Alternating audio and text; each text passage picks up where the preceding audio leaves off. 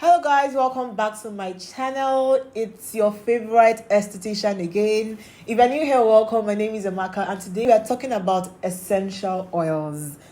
Before I start, I want to say Happy New Year. I know it's February, yes, but this is my first video of the year, so I think it's just right to at least acknowledge that it's a new year. So Happy New Year. Unfortunately, I couldn't do any video the whole of January because I run a business and I had to ensure that we had set the mood for the year in the business side of things before I resumed content creation. Hopefully, I have some time now. So if you're interested in knowing everything about essential oils, please keep on watching.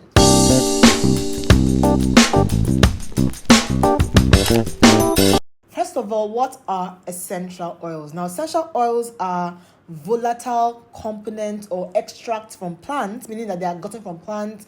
They are usually concentrated, potent, and have a strong scent. So when I say volatile, I mean they evaporate when placed on the skin. So unlike regular oils that when applied on the skin are greasy, essential oils are not like that. Essential oils, when applied on the skin, evaporate quickly. So they don't stick and give that, greasy feel. So they can be extracted from different parts of the plant. It could be the leaves, the flower, the fruit, the bark, the stem, the roots, any part of the plant. Essential oils are very complex. They are very complex. They look simple. So you just see citrus oil, you just see peppermint essential oil. Each of those essential oils are made up of a lot of components, a lot of chemical substance. Like some of them have over 100 things going on inside one essential oil. Now, some of these things are good, some of them are not so good, some of them are good and bad, some of them are, good, but in certain circumstances become bad. Do you understand? But before going into the pros and cons, let's dissect some of the things that are inside the essential oil, as we usually do on this channel. I'll be touching on the most important ones because I honestly cannot get into everything. In fact, we don't even know everything that's happening inside there, but at least the very common ones. So generally, some of the things that you see in essential oils are terpenes, oxide, aldehydes, ketones, phenols, phenylpropane derivatives, esters. There are plenty, but as I said, we're focusing on, the important one, especially terpenes. Terpenes are found in a lot of our products, honestly speaking, but they are primarily found in essential oils and our oils generally. So, there are different types of terpenes. So right now we are talking about terpenes now, which is just one of the things found in essential oils. Now, there are different types of terpenes. You have monoterpenes, sesquiterpenes, diterpenes, triterpenes, and tetraterpenes. Now, the major ones usually found in essential oils are monoterpenes and sequiterpenes. So these are the two prominent ones found in essential oils. Now, for monoterpenes are usually responsible for the flavor and the fragrance of plants. So all your spices, your plant spices, what you taste is usually the monoterpenes in the plant that's giving it that taste, and the smell you can smell are usually the monoterpenes that are giving it that smell. So there are different types of monoterpenes. As I explained, essential oils are very complex. So you see there are terpenes, different types of terpenes, different types of the types of terpenes. As in, wow. So anyway, some of the very popular ones that you may be familiar with, you don't even know they're terpenes, but you see them in your products, are things like limonene, linalool, camphor, menthol, citronellol, Eucalyptol. So these are some popular ones that you may be seeing in your product. And let's start with limonene because we just breeze through some of them. Now, limonene are found in citrus plants. Now, they are responsible for giving that citrus vibrant smell. So when you smell that, orangey citrus smell, it is the limonene that gives that. So it's a fragrance. Aside being a fragrance, it also has strong antioxidant properties. So it essentially can help fight and mop up free radicals, prevent oxidative stress. And I've done a video on, free radicals and oxidation. So yeah, it's a potent source of antioxidant. Now the only problem with that now is that these essential oils are very unstable in light, so they oxidize really quickly. And when they oxidize, those things that are supposed to give us antioxidant properties become toxic and become, sensitizing and can irritate and sensitize the skin. Now, limonene is also a very good degreaser, so it breaks down oil. So it is fantastic when used in dishwashes. Like dishwashes with limonene are very effective in breaking down all those your oils in your pot and your plates. It's a fantastic degreaser, but the issue right now is, how does that affect our skin? If not formulated properly, because it's a very potent degreaser, it breaks down the natural oils of our skin. So when you apply a product with limonene, it cannot separate excess sebum and epidermal lipids. So when you apply a product with limonene on your skin that is a very potent degreaser, what happens is it breaks down the oils in your skin as well. It breaks down the epidermal lipids. Do you get? So your skin that feels drier, more sensitive. Terrible idea for people that have eczema prone skin. And because it also breaks down and distorts the skin barrier, it's also a penetration enhancer. And the thing is, because essential oils are made up of a bunch of other ingredients, like you have like 1,000,001 things happening inside there, once it opens up your skin barrier, it now fast tracks the penetration of these essential oils into the skin. And that is why limonene is known as a skin irritant and a skin allergen. And for this reason, a lot of jurisdictions, especially Europe and Australia, they require that if you use essential oils, you cannot just say essential oils. If your essential oil contains limonene, write it down there so that people will know that this product has limonene because of potential side effects. Then another popular monoterpenes you see is linalool or Linalool. I'll put the name, I don't know this thing safe. So now these are usually found in roses and lavender. There are two types of linalool. Now you have licarol and corandrol. Now licarol is what gives that woody lavender scent, and coriandrol is what gives that rose scent. The scent of lavender and the scent of rose are kind of different. Lavender has that somewhat woody scent, and roses have floral scent. So linalool can give both scents depending on which of them. So linalool is a source of fragrance. Now linalool also has anti-inflammatory properties, so they can calm down inflammation. Now they've also been shown to be good at killing mites, so controlling like pests, and they also help to repel mosquitoes. But please, the evidence surrounding that is very limited. So don't go and be rubbing lavender oil. Hey, I don't need insecticide. Lavender oil. Please, the research around that is quite limited. Also, when you inhale essential oil with linalool, so all is your lavender and your roses, it has been shown to be relaxing and just relieve stress. Aromatherapy essentially. Calm down anxiety, stress, put you to sleep, yada yada yada. But the thing now is, we're not talking about nose. What is good for your nose may not be good for your skin. Now linalool, like limonene, is also a known skin irritant. Once again, in some jurisdictions, you have to itemize that your essential oils contain linalool because of the potential of irritation and developing an allergic reaction to it. Then there is camphor. Camphor is also a ketone, and camphor is found in a lot of plants. You see them in lavender, sage, Mexican oregano, rosemary, sweet basil, and cinnamon. They are also a source of fragrance. They give that camphor smell. But once again, camphor is a known skin irritant, and beyond that, it's actually poisonous and can be toxic, especially to children. When ingested, can be fatal. You can, the child can die. Do you understand? Also, in high doses, it can produce symptoms like irritability, disorientation, muscle spasms, vomiting, abdominal cramps, convulsion, and seizures. The thing is that I didn't see the dose that you have to be exposed to experience all of this. I know that the dose makes it poison, so that something can show all these things does not mean that in skincare you experience all of these. So I don't know the dose that make you experience all of these, but you have to be careful because it has been shown to be poisonous, especially when ingested by children. Then the next one is menthol. Like menthol can be found in minty oils. They are responsible for that minty sensation, and they are a type of monoterpenes as well. For example, peppermint oil. Now, think about menthol. Menthol gives a cool and refreshing feel. Now, because of that, can also be used in relieving joint pain when you apply it on the areas of the pain. It can also relieve skin irritation because of that, that cooling effect it gives.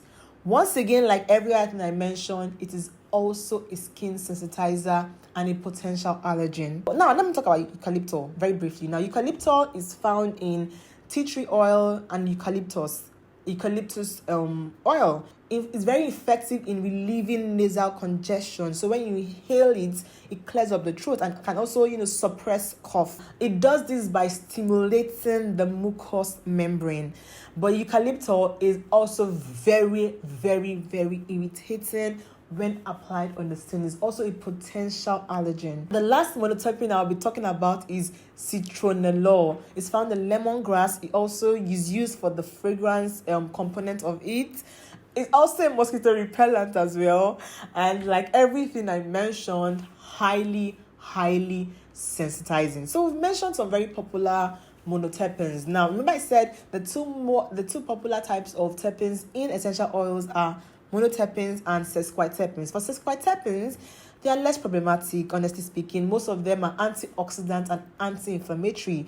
Now, some of them include alpha bisabolol and chamazolene, which you can find in chamomile. I know chamomile is a very soothing and calming plant. So these are for the terpenes. Now, some other components that I'll just touch on are phenylpropanes. Now, some of them include eugenol, chavicol, astragol, estragol, and safrole. Now, for eugenol are known to have antioxidant, anti-inflammatory, and antimicrobial properties. Now, eugenol is a known allergen and irritant. Are you seeing a pattern? You see a pattern? Okay, now, eugenol in high doses can also be toxic to your liver. Now, I don't know how high or how much you have to be exposed to that to experience that, but eugenol can be toxic to your liver. Now, this is a brief rundown of the common components of essential oils. And remember, we haven't even scratched the surface. I just touched on the very popular ones. So now let's talk about the pros and the cons. Now you know the things in essential oils. Even without even opening my mouth and talking safe, you self knows the pros and the cons already. You already know. But let's break it down. For those that have coconut head, those that will now say, but you didn't see any con. All I can see are good things. Let's break it down. What are the benefits? Essential oils contain terpenes. These terpenes usually have antimicrobial, anti-inflammatory, and antioxidant properties, meaning that they can help fight free radicals, they can help calm down inflammation, and they can actually help prevent or fight bacterial and fungal infection. Yeah? Okay. Also, they have a very strong scent, meaning that they can make your product smell nice. Do you understand? Also, they can also mask, funky smell. Like some of all the ingredients that people use, that we use to manufacture things. Saying we, like I'm a manufacturer. Like some of the ingredients that cosmetic scientists use to formulate products. Some of them smell bad. And that is why some of them have fragrance. Do you understand? That's the truth. And that's why now that people say you don't want fragrance anymore, which is a good thing, some of your moisturizers have been smelling funky. So putting essential oils in products can help mask those funky smell. Now, also because essential oils contain terpenes that could have, anti-inflammatory and antibacterial properties, some of them has been shown to be helpful for people that have acne, especially tea tree oil. Also, because they are antimicrobial, because they can help, prevent bacteria contamination, they can be put in products to act as preservatives. So when you see some of your natural skincare brands saying, this product has no preservative, a lot of times they have put a lot of essential oils in that product to do the work of a regular preservative. Now, whether or not that is a brighter idea or a better route, considering all you now know about essential oil, is another conversation. There's also the aromatherapy arm of it. Like citrus is associated with vibrance, wakes you up. Lavender, sleep, relax. Whether or not it is effective in a skincare product, when you inhale it, it's different from when you rub it. I don't know if I'm rubbing a product that smells of citrus to wake me up, or if I rub a cream with lavender to make me sleep.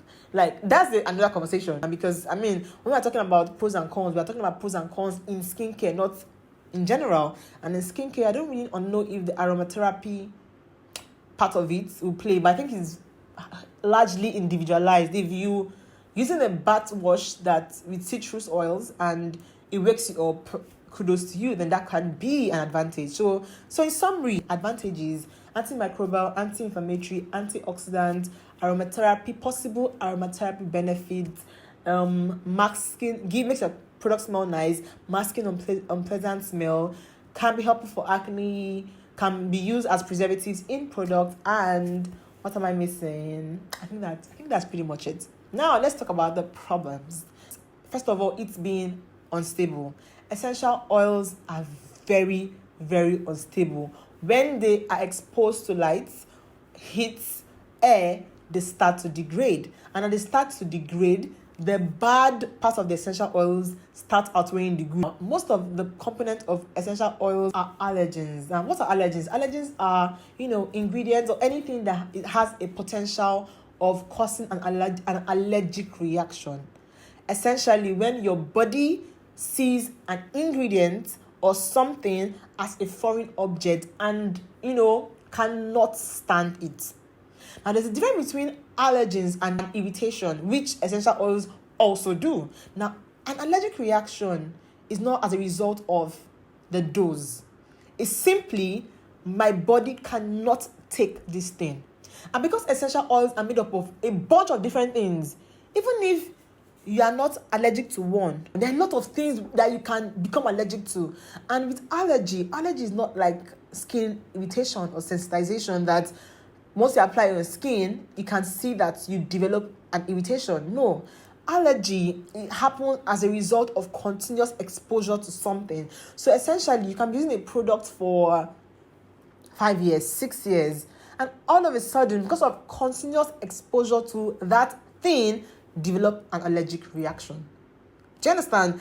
And allergic reaction is not in case I will apply small. No, once you're allergic to something, then you are allergic to it in any product that thing is in. So that's one. Am I one or two? Maybe two, I don't know, Sha. Now, the third thing is skin irritation. It has a bunch of things that skin sensitizers, and as I explained, once it starts getting bad, it becomes more sensitizing and more irritating. Now, as opposed to allergic reaction, skin sensitizers happens almost immediately. When you apply some products to your skin and you find out that you start developing rashes the next day, itching, sensitivity, that is a skin irritation. It's called contact dermatitis, rashes or inflammation that happens as a result of coming in contact to something. Essential oils have a bunch of things in them that are skin irritants and skin sensitizers. With irritation and allergic reaction, in addition to, it looking unpleasant, that's one, it being uncomfortable because of the itching and everything, a lot of time, especially if you are black, it doesn't just go, it goes and leaves behind hyperpigmentation. You now left with post-inflammatory hyperpigmentation that, may take years to address. You do not want that. I do not want that. I don't know about you, Sha. Personally, I'm not cut out for that, I beg, please. Another thing again is because it is natural. I mentioned this in my video on plant oils. And because it is natural, it's very unpredictable. That's the thing about natural things. You understand? You don't know, how if we were creating essential oils, you can even say, okay, let's reduce the bad and increase the good. Do you understand? But with natural, you don't know what you are dealing with. Do you get? So you may buy a batch. You can buy tea tree oil today and not react. buy tomorrow and react. Maybe the one you bought yesterday had more good and less bad. The one you buy tomorrow will have more bad and less good. The one you buy next tomorrow will have all bad, no good. Do you understand? Like, it is, you don't know what you are dealing with. It varies batch by batch, and a lot of things can affect how a batch turns out. There are a lot of things like where it's grown, the climate, how it is harvested, how it is processed, through steam, was it cold pressed, is it through water distillation, how it is stored, the environment of where it is stored, the packaging. There are a lot of things that would, determine A from B. So if you buy tea tree oil 5 times, there's a high possibility that you bought 5 different compositions. You don't really know what we are dealing with. Now, another one is that it is photosensitizing and phototoxic. Drag it. Indie, I like lemon on my skin. It gives me a glow. Listen. It is phototoxic and photosensitizing. And an ingredient is phototoxic when it becomes toxic when exposed to light or when exposed to the sun. Now, leaving some essential oils on your skin and going out in the sun can give you a burn, especially your citrus oil. By citrus oil, I mean, are you hearing me? Let me read them out to you. Okay, I'm not sure what you're talking about. Citrus oils like bergamot, grapefruit, lemon, lime, mandarin, and tangerine. Although when I was reading up on this thing, I found that orange oil and yuzu are exceptions, so you may want to have that in mind. Applying these essential oils on your skin, leaving them on your skin, and going out can result in itching, stinging, and burning of the skin that usually heals with hyperpigmentation. It's called phytophotodermatitis. Inugo. And the reason for this reaction with the sun is because of something called fluorocoumarins contained in citrus oils. Now, the amount in a batch would determine how phototoxic that batch is. So the more the fluorocoumarins, the more toxic the oil is. So now that we've done the pros and the cons, it now brings us to a very important question. Do the advantages outweigh the disadvantages? Is it worth it? Now, if you ask me, I'll say no. Absolutely not. Do you understand? Yes, there are fantastic sources of antioxidants, anti-inflammatories, and antimicrobials, but the thing is, they're not even as effective as their counterparts. So I'm wondering, why am I now carrying the baggage along with me? Let's break it down. Antioxidants, they're not as effective as vitamin C and the like. Anti-inflammatory, there are a lot more effective anti-inflammatories than essential oils. Antimicrobial, acne, they smell benzoyl peroxide, or is it azelaic acid? They are not more effective than the counterparts. It's a no-brainer for me, honestly speaking. And if you're just dealing with one irritating ingredient, it's different. Essential oil is a combination of different irritating things. So even if you're able to escape from one, and that one waiting for you, and that one waiting for you, there are over 100 of things, a lot of which are irritating. Anyway, if you have decided to die there, here are some tips that can help you navigate it better. Restrict them to face washes or body washes, things that don't stay on your skin. Do you get? You are less likely to encounter problem with things that you wash off than things that stay on your skin. Also, if you have eczema prone skin, really dry skin, inflamed skin, stay off products with essential oils. Do you get? Stay off it. If your skin barrier is compromised, just stay off products with essential oil. Also, look at the ingredient list. Essential oils may be one of those things that you want to check because you want to ensure that it is somewhere down below. You don't want it hanging in front. Do you understand? Also, avoid DIYs. If you must use essential oils, use products that are properly formulated but just happen to have essential oils in them. I've done both. I've done DIYs and I've done using products that are properly formulated but just happen to have essential oils in them. My DIY own, hey, that's how I went and bought essential oil for my friend that does natural things, natural hair care or something. Do you get? I bought peppermint, lemongrass and something, and I made my own special toner.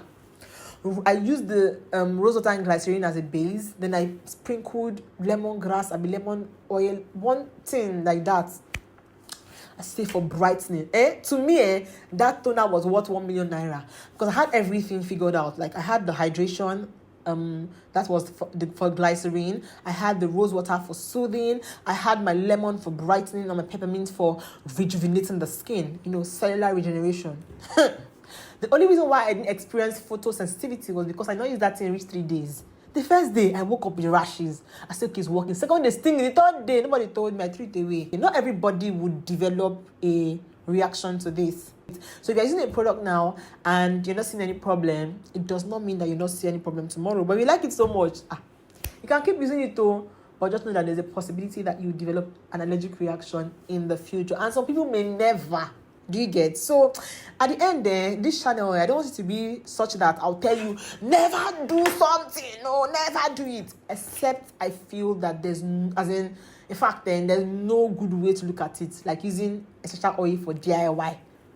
Don't do that one. Don't do that one. Do you understand? But if there's products that contain essential oils and you really, really like it, okay, my own here, I'm but a messenger. I'm giving you the pros and the cons. Do you get? It is in your best interest that you avoid them. And if you must use them, try and stick to just wash off products. But the one I don't want is you thinking to yourself that you are using one natural thing. You are using something that is best. Oh my God, essential oil. Oh, no, that is the one I don't want. No. Know the truth. Do you get? And make up your mind because you have the right information. And I'm very sure some people will say, I've been using essential oil since. My mother has been using it. My grandparents have been using it. To you, I say kudos. Keep it up. Do you understand? But just know that your success is not what a lot of people will experience. That is just you. And also that the fact that you are successful now at it does not mean you will not, develop problems in the future. Also, stick to one product at a time. So if you have a product that has essential oils, keep it at that one. Don't go and bring moisturizer essential oil, cleanser essential oil, serum infused essential oil. Just keep it to one product. Thank you guys so much for watching. Don't forget to like, share and subscribe, and I'll see you in my next video. Bye.